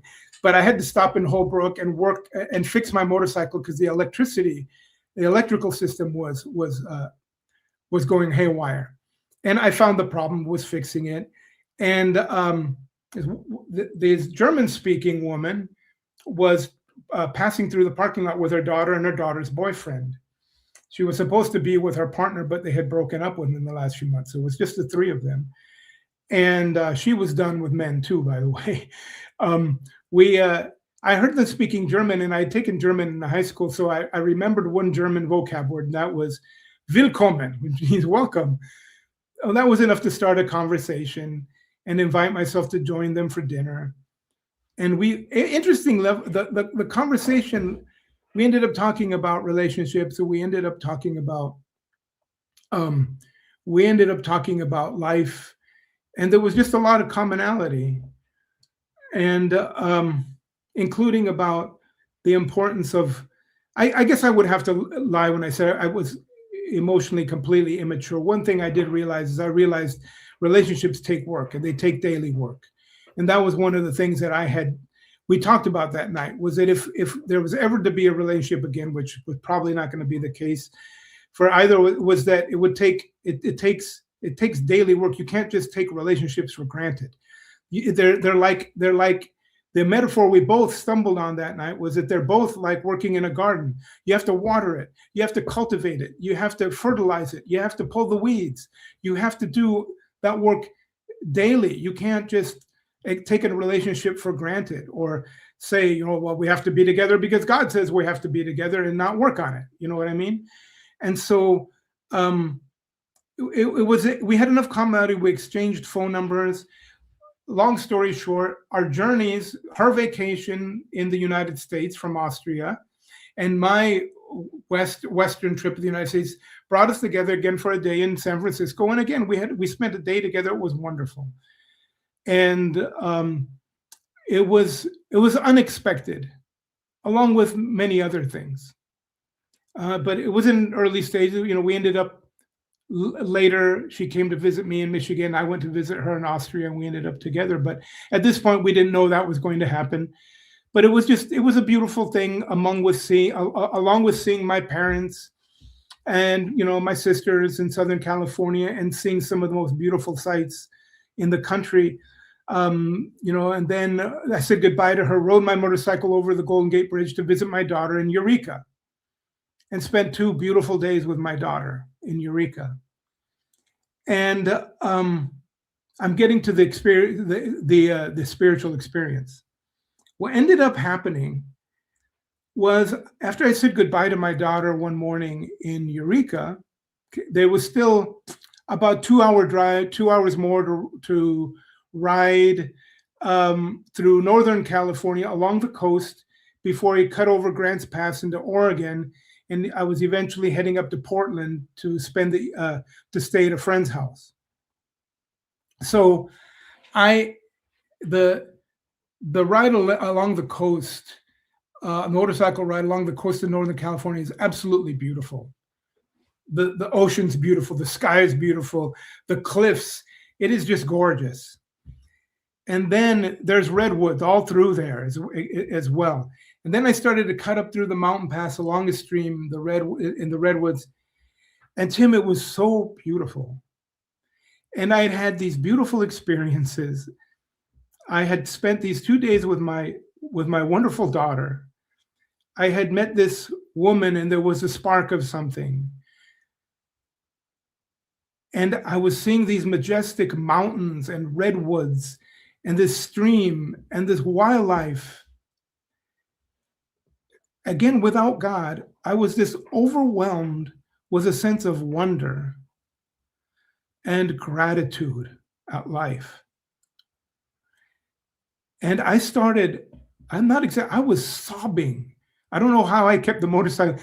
I was sobbing and crying from joy. It was the most intense sense of joy I've experienced. I had ever experienced, I never experienced before or since that intense of a sense of just unbounded joy. I don't know, about 45 minutes or an hour. I was just so overwhelmed with wonder, joy, and to me, it was so healing, because it was this idea. I had found this sense of that life, even without God, I could have this profound sense of joy. And I don't believe that we can live life feeling joy every moment of our lives. I don't believe that. I'm not naive enough to believe that. But I read about that same time in my life a parable. I think it was a Buddhist monk woman who wrote, I can't remember her name, but the story goes like this. It takes place in Asia somewhere. This woman is being chased by a tiger or a wolf or something, some kind of animal that's going to kill her. And she's running from it, and she ends up running over the edge of a cliff and is falling. And as she's falling down the cliff, she grabs a branch sticking out of the cliff and holds on for her life. Above her is the tiger, and below her is there's another tiger. If she falls, if the fall doesn't kill her, the tiger will eat her. And she knows, she's got, and then she notes that this branch she's holding down is slowly pulling out of the side of the mountain, of the cliff. And she knows it's only a matter of time before the end. And as she's sitting there, as she's holding on to that, she looks over to the side, and there's a flower growing out of the side of the cliff. She looks at the flower and she smiles. That story changed my life. Because for me, that's what life is. I find those moments during the day that will bring me a smile. The kissing my wife goodbye in the morning. The warm wind as I go for my run in the morning. The rumble of riding my Harley, the visit I had, I meet wonderful people when I'm busking, out on the subways.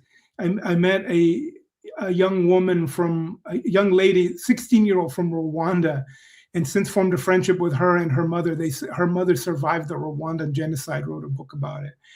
and we got together with them last week and enjoyed. My wife and the four of us enjoyed this wonderful, wonderful time connecting with human beings, completely different life experiences, different backgrounds, and just connected. And those larger and smaller moments in life, for me, that's what brings joy and meaning to my life. I don't know if we will live on. I hope that I'll live on for some time in the memory of people that I've touched. Right. And that's enough for me. It's beautiful. I completely agree too that life does get so much more beautiful when you leave Christianity. It's amazing that the leaving of Christianity doesn't itself give any answers. It's just acknowledging that the answers aren't there. But at least you're using your time wisely. You're not being deceived. The blinders are falling off. Yeah. And it's amazing how much we use such terminology while we were in Christianity that the blinders were on. We were blind, but now we see. The scales fell off when we became Christians, and we could suddenly see the truth of the Lord being our Savior. And it's amazing, but it's the opposite, really. And the truth does set you free. The truth being that Christianity is mythology and it's toxic and it's irrelevant. But it's such a beautiful thing to at least say, I don't know where the answers are, but I know they're not there. I know that stuff's just poison and it's false. And it's just such a piece of knowing I'm at least trying to reclaim my humanity, trying to reclaim my life and my time. That verse, redeem the time because the days are evil. It's like, I'm also going to redeem the time because Christianity is mythology. And just having some sense of the autonomy and being able to take your power back. And the idea too, that to me, like knowing that we could, in a sense, blame the church right now, the church we grew up with, our pastors, but really at the end of the day, they're just inheriting stuff that came to them, and they're inheriting it from some stuff that came to them. So we're living out the worst ideas and the nightmares and the literary characters developed by people thousands of years ago that are dead, many of whom arguably did not intend for Christianity to look the way it did. But either way, even if they did, it's like these are some really patriarchal, misogynistic, psychopathic, authoritarian, dead men that we've let ruin and dominate our lives. And to say, I don't know what the answer is to life. I don't know what happens after I die, but I know that stuff's garbage, and I'm done with it. And it's so beautiful to at least take your power back and think, I'm grateful to have some time left in my life to heal from what's come before and to embrace the beauty of what's come now. And I completely agree. It's the peace and the joy is so much better on this side of escaping. I wanted to ask, we've gone for quite a long time here. We're almost at 2 hours. I only have a few comments today. It looks like everybody is been quiet on the comment side, but I did want to ask you, Roberto, if you could, while I read these comments, it should just take a minute, but could you give a word of advice afterwards to anybody that's going through the hardest part of this? Going back to some of you've just shared just a few minutes ago, been some of the nightmare parts of your journey, and it's truly been a horrendous journey for you. But I love that you've taken your life back. For someone that's basically at that spot where, like, man, the minute that I take these steps that you've taken, and maybe they're thinking, I acknowledge I'm about to take them. I have to take them. I can't stay in this. But they know that all kinds of stuff is going to basically hurt for a long time, both in terms of their relationships and as well as their own certainty that, life's going to get far more uncertain. It's going to get far more nuanced and less black and white. And it's just to know that you can't go back. You can't plug back in the matrix, even if you wanted to. And you're going to have to embrace the reality that life is about to completely change. Change is stressful, and change on the worldview level is incredibly stressful. But if you could think of an answer to that question of what you'd tell someone who's going through the hardest part of that journey. Let me just read a couple of these comments here. This should just, again, take a minute. Mind Escape says, good morning. Great to see you, Mind Escape. Thanks for being here. Jade as well. And Susanna here. Good morning or afternoon from Britain. Thank you so much, Susanna, representing Scotland today. Just Jesus. Kevin from Canada. Thank you so much, Kevin, for being here. And let's see here, Mark as well. I'm going to skip a couple because I'm not sure if they're trolls, but Mark as well from the UK. Thank you so much, Mark, for being here. I really appreciate your support. It's so good to see you all. So just a few quick comments today, but we'll get more comments, I'm sure, on the people that watch it afterwards. But Roberto, could you wrap us up by just telling us what would you say to somebody that's going through the hardest part of this, and of course anything else that you had wanted to add? Feel free to add that as well at this point.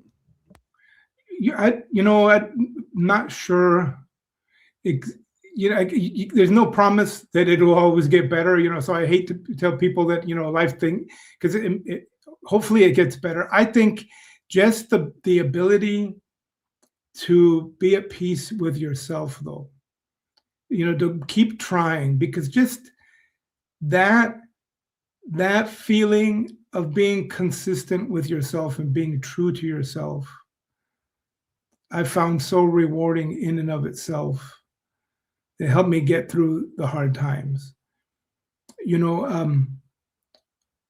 just couldn't. There's an inconsistency to continuing to promote something that isn't true anymore. For me, it wasn't a choice. People, well, you made a choose not to. But no, I didn't choose not to. I couldn't believe anymore. I just couldn't. John Shelby Spong, I think I never get the quote exactly right, but he's the heart cannot adore what the mind cannot grasp. That there even in the early stages when you're going through all the pain, there's a sense of developing consistency within yourself that you got to take as the reward to get you through those times. And I think I have held on to the concept of, it's going to sound strange, so let me explain what I mean. The concept of, Marcus Borg talks about Christian evangelical Christianity or conservative Christian misunderstanding the concept of faith. I used to think of faith as believing things that there's no evidence for, just taking them. Borg says no. Faith is more of a concept of reliance.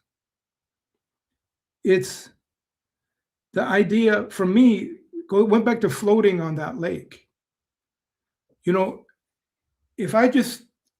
People drown because they struggle, but if you just rely on your ability to float, fill your lungs and just relax, you're okay. You know what I mean? And Borg says that faith is more of a, it's an idea of like, okay, I choose to rely on you. I choose to believe in you. Faith is more of a relational thing. It's not saying, okay, well, the resurrection doesn't make sense, but I'm going to believe it anyway. It's a misunderstanding of faith. What the biblical authors, and I think it survives even outside of the Bible, is that faith is the idea that no matter what, everything is going to be okay. Even if I lose my home, even if I lose there's certain things, Viktor Frankl wrote about this in Man's Search for Meaning. He was in the Nazi prison camp. The one thing he could refuse the Nazis take away from him was his sense of dignity and sense of self. And as we step away from what we know is not true, it's like regaining your soul. I don't know what the soul is, but you know what I mean. And just take comfort in that and get through to it. And I really think that we can rebuild our lives. There's other people we will run into. Life brings you together somehow, I don't know how, with the right people.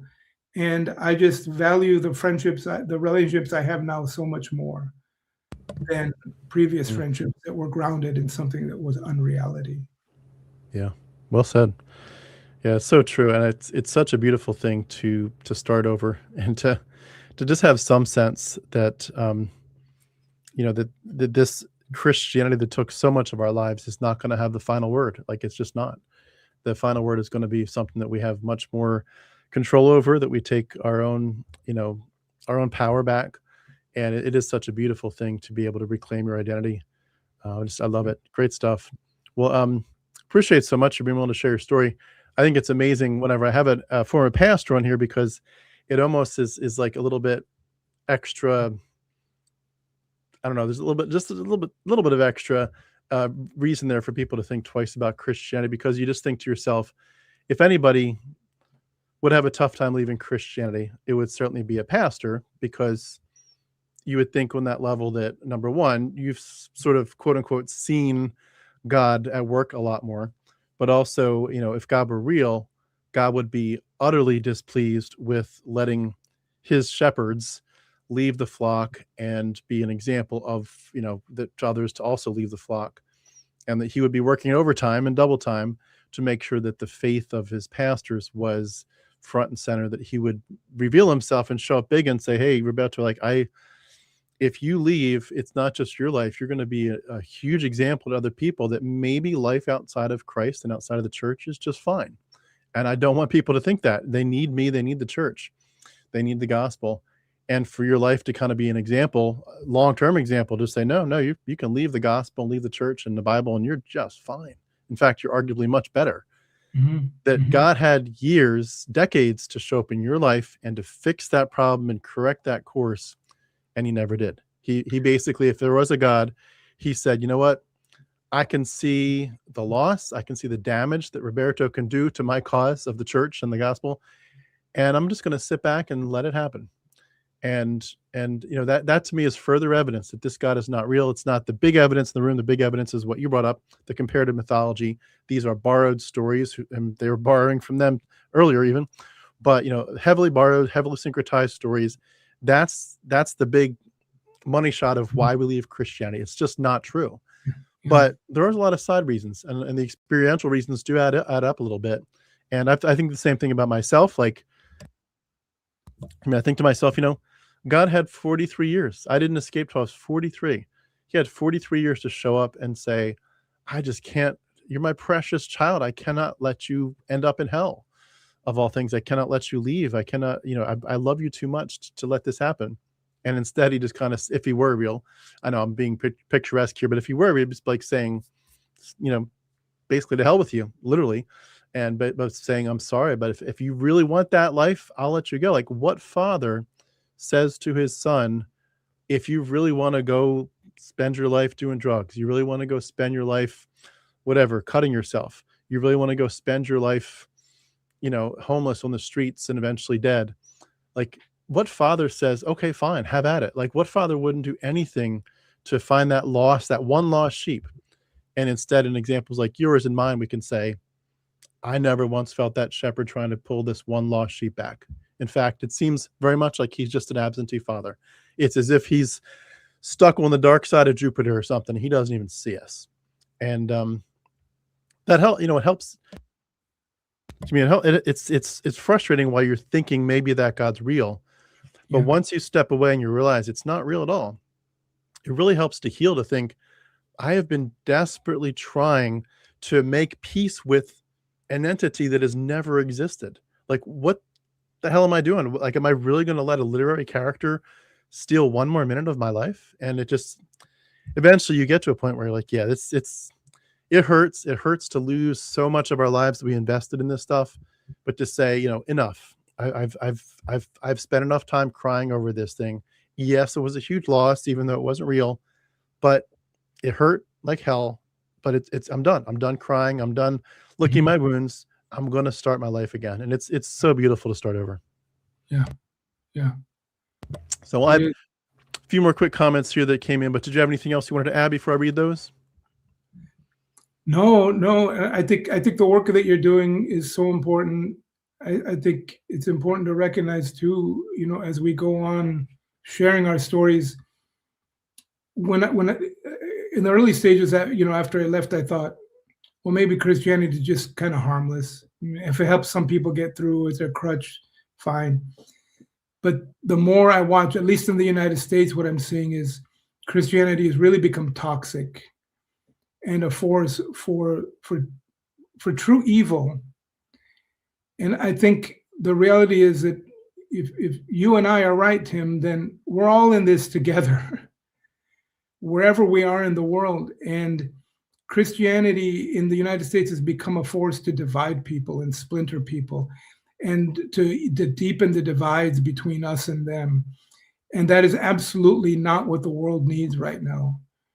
I saw one of your guests talked a lot about Joseph Campbell, and he saw the need for the development of a new worldview that recognizes that we are all in this together, and that we need to come up with a new way, a new philosophy or mythology or whatever you want to call it, that unites people, that is grounded in reality and truth, and that says, what I experienced, that day floating on the lake, that we are all in this together, and the way I treat you is the way I treat myself, and that this work of healing people and bringing people away from the toxicity that Christianity has become, and finding a joy and meaning that is grounded in reality is more important now than it's ever been before. Well said. Yes, it's so important. I think these messages are so important. I mean, the idea of who knows what seeds we plant that will end up literally affecting the politicians, and culture changers of tomorrow. It's so important. And I love being I admit I'm a small piece of the puzzle, small piece of the fight, but it's good to be a part of it if we can. So let me just read a few final comments here, and then we'll wrap up for today. Mark says, in the UK says, yes, human interaction brings enough beauty and meaning for any life. Yep. I love that. Kevin in Canada says, been listening intently, planting tomatoes, actually, sending my best to Mr. Jara. I can identify a lot. Came out of Christianity in my 50s. Thank you. Wow, cool. Mark says, yep, Roberts, the inner integrity for being true to yourself really enhances self-respect and resilience. Yeah. Mark says, Kevin, snap in my 50s.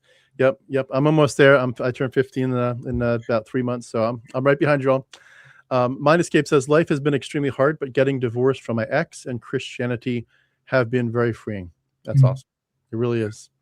In many ways, too, I've noticed a lot of interviews have fallen in a category where it's either what I'm about to say or it's close enough that there's a connection where people realize that they were in a relationship that was bad, like in marriage. Maybe it was a narcissist or someone that was ultra patriarchal, or someone that was very just generally abusive or dismissive, whatever it was, but it was really a toxic marriage relationship. And they end up realizing that the Yahweh character was also toxic, and they're kind of divorcing marriage, human marriage, and divorcing God at the same time in many ways, or at least maybe one leads to the other. They overlap in different ways. But Mark says the Christian worldview is demonstrably, objectively evil. Yeah, for sure. Noel, great to see you. Noel here, jumping at the last minute.